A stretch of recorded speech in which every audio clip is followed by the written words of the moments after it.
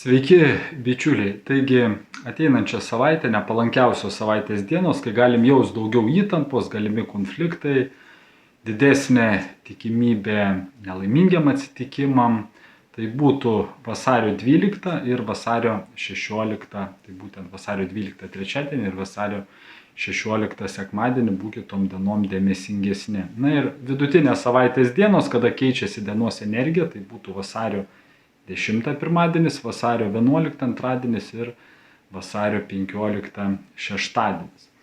Na ir vasario 13 ir vasario 14, tai būtų neutraliausios, palankiausios savaitės dienos. Nuo vasario būtent 10, 11 ir 12 gali irgi būtom dienom trikdžių su elektronika, ryšio priemonėmis, internetu, elektra.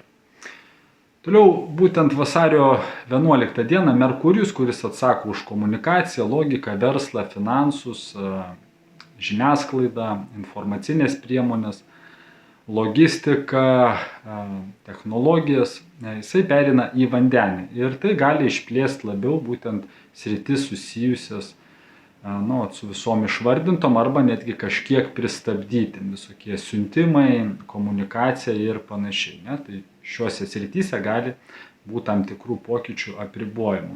Vasario 12 dieną Saulė, kuri atsako būtent už sveikatą, optimizmą, džiaugsmą, šiandien kaip tik Saulė šviečia, už valdžią, už vadovybę, savivertę, jinai pereina į vandenį. Ir Saulė vandenio ženkle, kadangi tai Saturno ženklas, jaučiasi nelabai gerai, todėl dar tokios didelios šilumos, atšilimo galim nesitikėti, bet tai geras laikas irgi tokiam kaip susitelkimui, susikaupimui, būtent prieš